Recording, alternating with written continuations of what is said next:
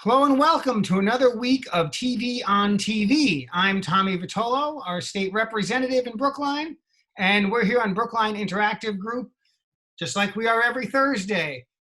Full disclosure, for me, it's Wednesday evening because tomorrow's a full day and we went ahead and recorded this a bit ahead of time. Our guest of the week is Malcolm Cawthorne, the Brookline METCO director, and we're going to get to him in just a few minutes. But as always, we start with the news of the week, particularly as it relates to the way that our government is changing.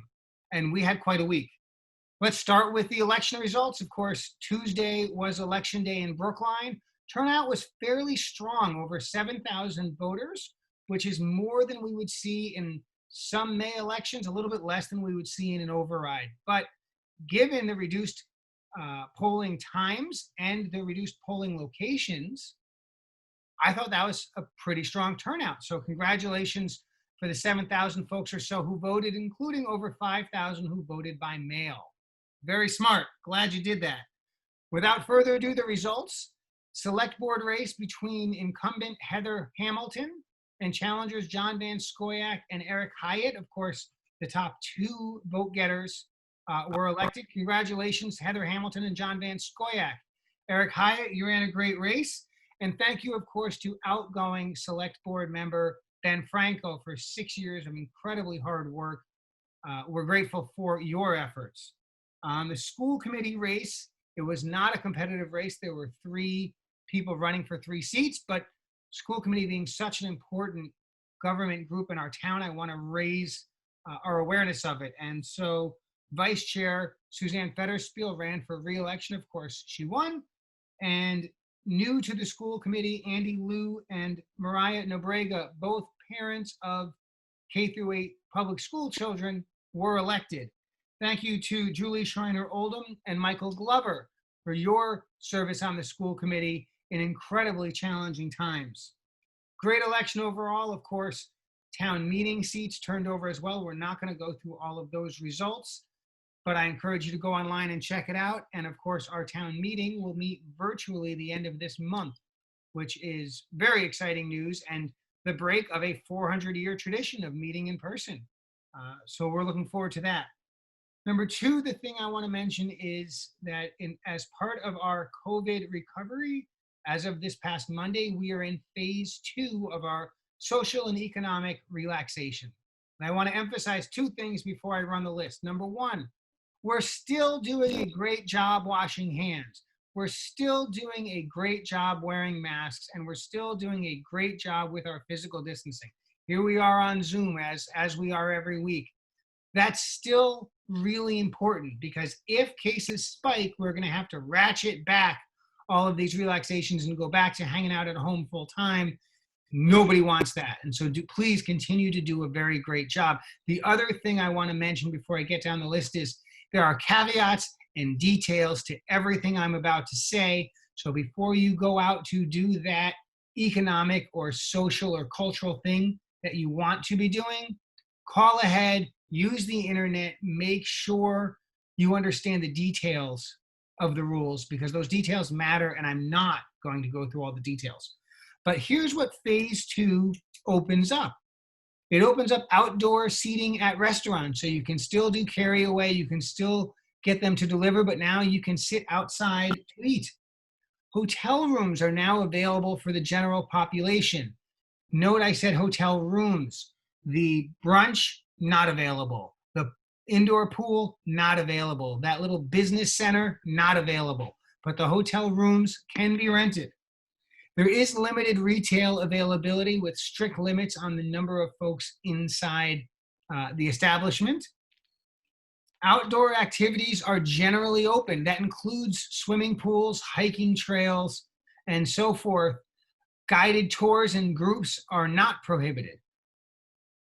Personal services with low proximity are now back in business. So we're thinking things like house cleaning, window washing, career coaching. Someone's going to come coach my career anytime soon, I'm hopeful. This does not yet allow for your manis and your pedis and your massages. Those are not yet open. Higher ed is now open again for course completion. And I'm talking not just undergraduate and graduate, I'm also talking voc tech and things like that. If you needed to come inside a classroom to complete a course as part of your graduation, could be a chem lab, could be an auto repair course, you are now able to do that. And again, I just want to emphasize physical distancing, masks, and other limitations still apply. And so we still want to be really careful.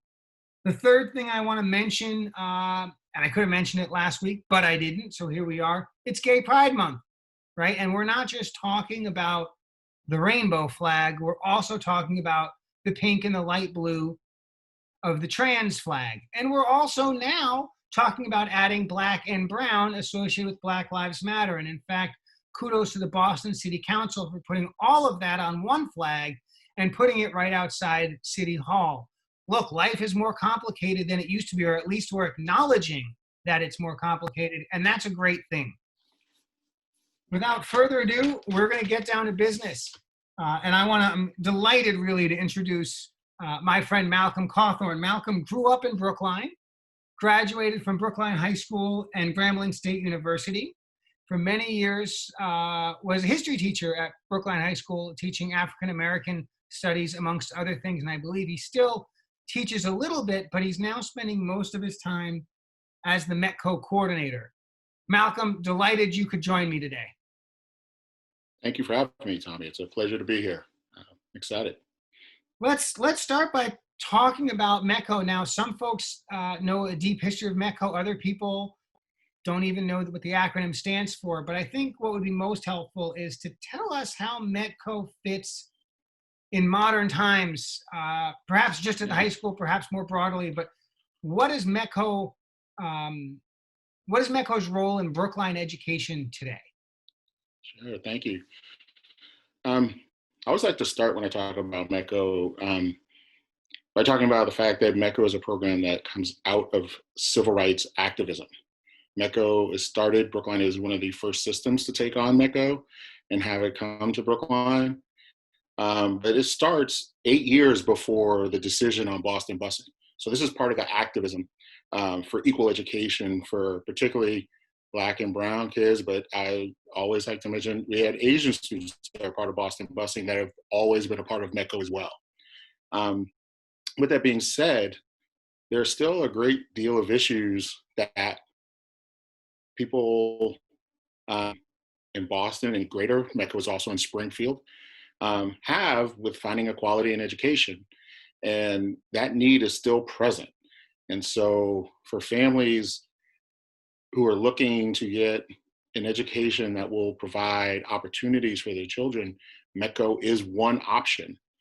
And so for Brookline, what I think is really important to understand that is hard sometimes is that, you know, the way the rules were working in the 1960s and into the 1970s with the pass of the Racial Imbalance Act was that, you know, it was up to the state and the districts to decide which way kids would go to balance. Brookline, in essence, was a prime target to send white kids to balance schools in Roxbury, which is a geographical mile away from Brookline High School. And so a lot of times people will think of MECO kids as being saved by Brookline. And I often like to remind people, MECO saved Brookline, not the other way around, where the kids get MECO saved Brookline from kids going the other way. While the Racial Imbalance Act probably wouldn't happen today, MECO kids provide a real glimpse into diversity beyond race. Because of the way real estate has turned out in Brookline in the last 30 to 40 years. I'm old enough to remember when the condominium boom hit in the late 70s, and then the boom in the 90s with real estate. You know, there aren't a lot of Black working class families that can afford to live in this town. And so what's happened is the majority of Black and brown kids that are middle class kids tend to be through the MECO system. And so what that does is that adds diversity to the narrative of the economic strata of Black and brown kids and Asian kids that come into our town to go to school. And so it's a real important factor in the current system today that we see kids who come from homes of professionals um, who are Black, Brown, and Asian. And that helps bring about an even greater diversity beyond what Brookline would have by itself if we just stayed within our boundaries. And so that's one of the biggest things I always like to push in terms of MECOs in 2020 and why we need it and why it's so important to our district. Thank you. So MECO students are coming from really anywhere in the city of Boston. They're not necessarily coming from just over the border in JP or Alston, and they've got to get to Brookline in the morning. They've got to come home in the evening, and that's a big challenge under normal circumstances, right? All that extra time in travel is time away from studying or having fun or being a kid, right? But now METCO students are not coming to Brookline schools because no kids are coming to Brookline schools. Mine haven't left the house in 3 months, and that's why my hair is much grayer and longer than it used to be. So can I think a lot of folks can understand either through their own experiences of their own children or otherwise um, what it's like for most kids or for many kids doing school from home. But can you share with us maybe some experiences that are different for METCO students or more specific, or ways in which this has been more of a challenge or less of a challenge for METCO students in particular? Sure. No, I mean, what you bring about are very real things. And, you know, in particular, one of the things we know about this pandemic is that it is really hitting communities, Black and Brown, African American, Latinx communities harder than we see in other places. And the majority of MECO kids are, they would describe themselves as Black or African American or Latinx. And so that's very real for our MECO kids, that I have families from the very beginning that were dealing with issues of COVID. It wasn't always cases in the home. Sometimes we have a lot of MECO families that are first responders, nurses, police officers, firefighters. And so, some of the families where, the parents or the caretakers worked in hospitals, our teenagers knew and felt the anxiety of their parents being on the front line and coming back and having to quarantine and self-isolate and strip down and, keep their clothes away and all these other things that were very real, as well as there were cases of COVID that impacted families and things of that nature. And so, that was very real for a lot of the kids I work with and families I work with. I would say, in addition, there's times where MECO, in a case like this, can be somewhat advantageous in the sense of, MECO kids, I think in a very wise decision by the town, still had access to Brookline resources. So if a family was suffering, from, perhaps not having enough food or perhaps needing some financial, they had access to Brookline resources and they had access to Boston resources. And so in that way it was good, but it was also a bit complicated, right? We're telling people to shelter in place. So, if your parents are on the front line and they're first responders or they're essential workers, we telling a teenager to get on the bus to come to the high school or devotion or wherever to pick up food, right? And so that can be really complicated and really hard. Or even something that was so important in this time was having access to internet as well as laptop access. So many of our families have internet and they have laptop access. What they don't have is a lot of them don't have bandwidth for 3, 4, 5 people to be on Zoom calls during the day, which they couldn't have prepared for and couldn't have known. So, I have one family who, they're a great family. The kids are all doing well, but, this shift really threw them into limbo to where, there's 3 teenagers and 2 young kids in a blended family. Well, all of a sudden, instead of having, two high school kids kind of jockeying for internet at night and other things like that. Now the 8th grader needed to jockey for that, as well as the 2nd and 3rd grader needed to be on Zoom calls. And so with a mother working from home, sometimes there were 6 people on a Zoom call at the same time. And so those kinds of things were really impactful. With that, I would say MECO kids are MECO kids. There were kids who hated this, like just despised. They needed the social interaction. They wanted to be at school. And then there are other kids who thought this was great. Like, I don't have to wake up. I can do my assignments. Nobody's bothering me. I could just turn them in. I could email if I have a question. I don't have to actually see anybody. And so we had kids who were like that too. And so I think while there are some things that, there's a lot of statistics showing there are greater disparities, there were also things that were very much telling of raising a teenager. Bad sleep patterns and things like that were just, most every kid I worked with this year, they struggled to wake up at 7 again when they knew they didn't have to go to school. And so they had these horrible sleep patterns. And we had kids like that too.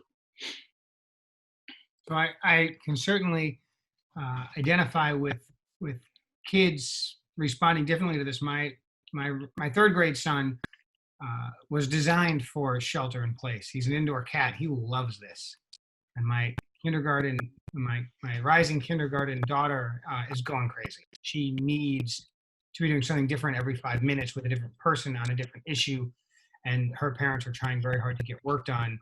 And she's struggling. So I get that different kids are just responding to it differently. So let's talk about 2020, 2021, the upcoming school year beginning in September. And I recognize that nobody knows exactly what it's going to look like. In fact, the Department of Early and Secondary Education, DESE, hasn't even released their expectations in totality for what the upcoming year looks like. But maybe you could speculate about what fall semester 2020 might look like for MECO students in particular. Sure.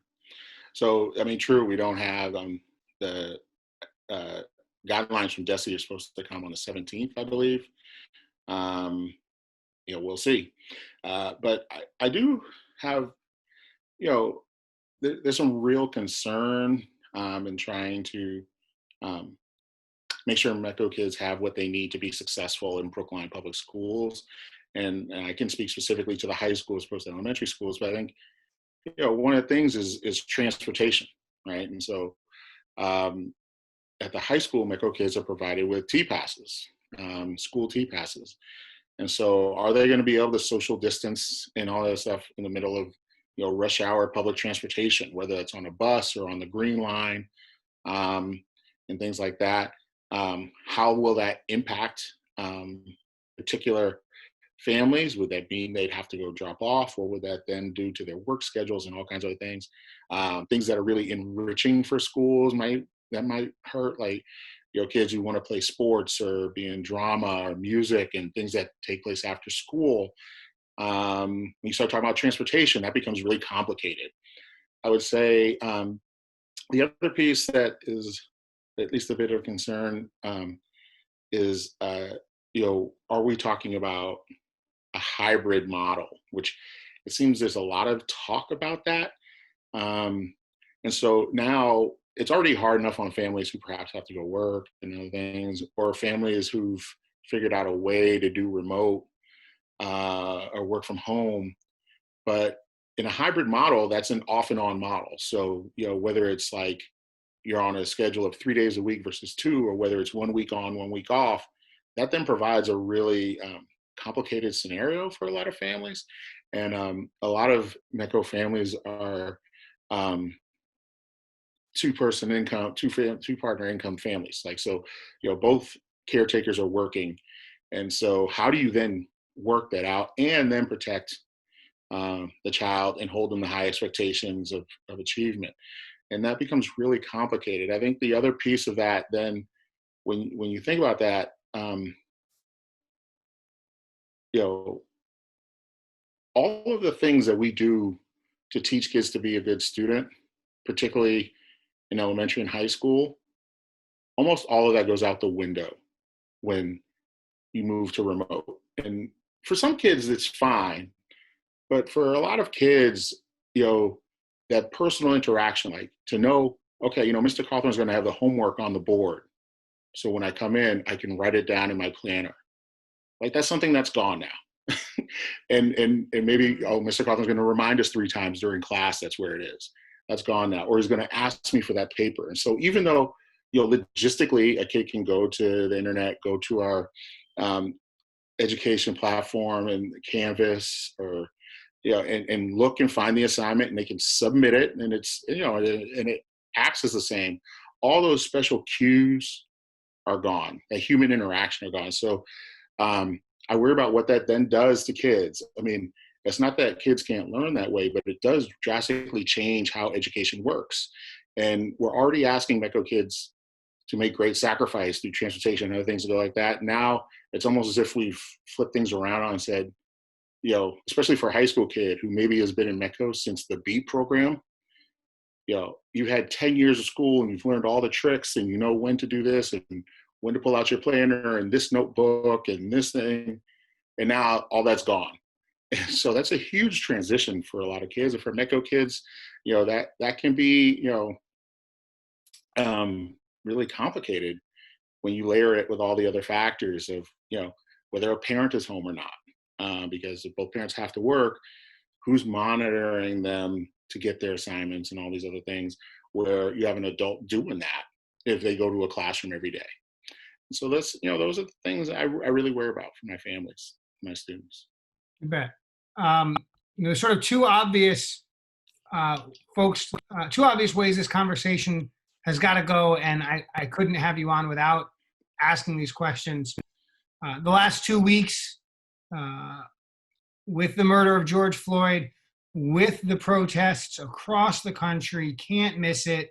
And that's both the positive, powerful visuals and the really negative, powerful visuals of violence against protesters. I know you haven't had the same kind of interactions that you're used to having with your students because you're not seeing them in the hallways. You don't have that quiet minute just to check in. But can you give viewers a sense of how the last 2 weeks of remarkable protest have impacted METCO students? Sure. And I'm going to speak really generally here because, again, every family's different, every student's different. But so there's a few things. I think the circumstance of everything makes this really important to talk about. There aren't the same things that would perhaps distract a teenager from being involved in a current issue that is not happening right now. There's no sports for kids to watch. They don't have a dance. They don't have this. There's all these things. So they're glued and they're locked in. And one thing I would say about teenagers is, while they're not necessarily mature as an adult, they understand like an adult. Like they see this stuff and they understand what's going on. And that has huge impact. And I think, it's complicated for a lot of families in a few ways. And just a couple of examples of that, I mentioned, there's a lot of MECO families that are first responders. We have, MECO families with police officers. The ones that come to mind are all Black men who serve in different departments. I know one is in Natick, a few are in Boston, and so they're dealing with their own, right? What does it mean to be a Black man in America, as well as to be law enforcement? And it's important to realize that doesn't leave the house either. Like, the teenagers know that, and they're grappling with that with their adult, who takes care of them. Some kids are scared. There are kids who are scared about, what does it mean to walk around this planet as a Black man in this country, in this city. Others are fully into the activism. They've been at protests. They've been out marching. They've been involved. And for some, that's new. And for others, that's old. Like, they've been activists for a while, and this was just a normal thing for them. And some, this was sort of the catalyst to get them going. I will say one of the things I really worry about is because, like you mentioned, we don't have school where there's a grounding where perhaps I could have them in our MECO space and talk to them. We have a social worker, another young man who works as an advisor. You know, a lot of these folks are dealing with this through their families, or some of them have a hard time talking to family members about that. And so it can be really complicated and difficult for a lot of our kids, and that has great impacts upon school. So for kids who are struggling with racial issues and things like that, and whether that's causing emotions or mental fatigue and things like that, it becomes really hard to do Mr. Cawthorne's homework on the civil rights movement, or Mr. Cawthorne's homework on Nixon, or whatever we're doing in that moment, because they're so wrapped up into it. And I think it is really important to understand that this hits all of us. MECO is really a wide racial microcosm of the United States, and that MECO has certainly it's geared towards Black and brown kids. It always has been, but we also have Asian kids who've been facing a lot of racism and microaggression during COVID. And whether people of color this meets their thing. We also have Latinx kids who present as white, as well as we have white adoptive parents and parents who are in interracial relationships who are white, who are worried about their children and race in America. And so I always feel like this is hitting all of our families, and it's making it really hard. I do think some have thrived in this. They're having great conversations at home. They're reaching out to me and our social worker and others, and we've tried to provide some space where we could have those conversations. But again, it's not the same as if they had to walk into that building and we could have them in our space where they're comfortable and they can just let go and tell people what they feel. It's not the same. And so there's a great deal of concern of how our kids are doing with this and our families. But I would say in general, we're not that far from the rest of the country. Like, we have kids who newly have jumped in, kids who were in there before, kids who were like, no way am I marching, other kids who are questioning all their existences. And yeah, it's a trying time where one of the things that usually grounds children is school, and we don't have formalized school right now.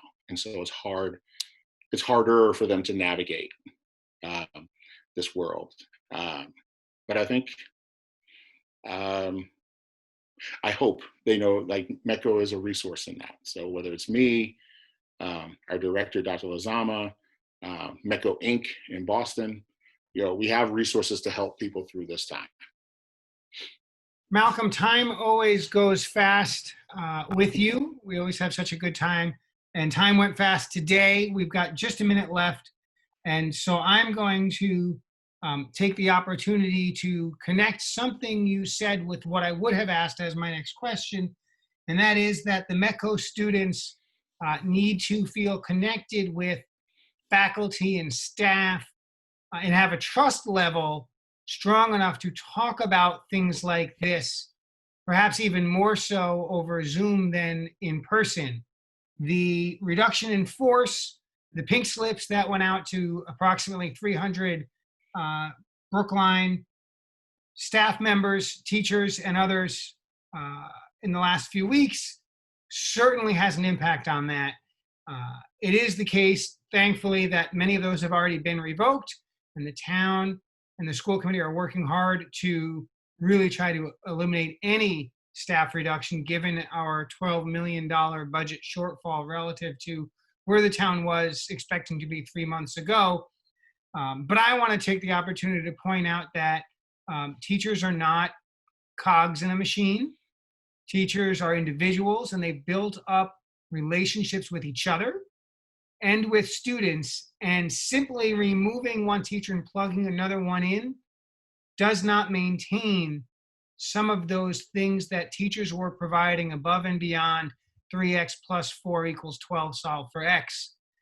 And so I'm very hopeful, and in fact optimistic, that the school committee and the select board and the advisory committee and the town meeting and the BEU, the Brookline Educators Union, and others will work together to connect the dots and keep all of our outstanding teachers and staff in Brookline doing great things for our students. Malcolm, thank you again so much for coming on. I'm delighted to read your shirt aloud. Black Teachers Matter, Black Lives Matter, Teachers Matter. It's all there. Thank you so much. You're watching Brookline Interactive Group. I'm Tommy Vitolo, and I hope you have a great week. Thank you for having me, Tom.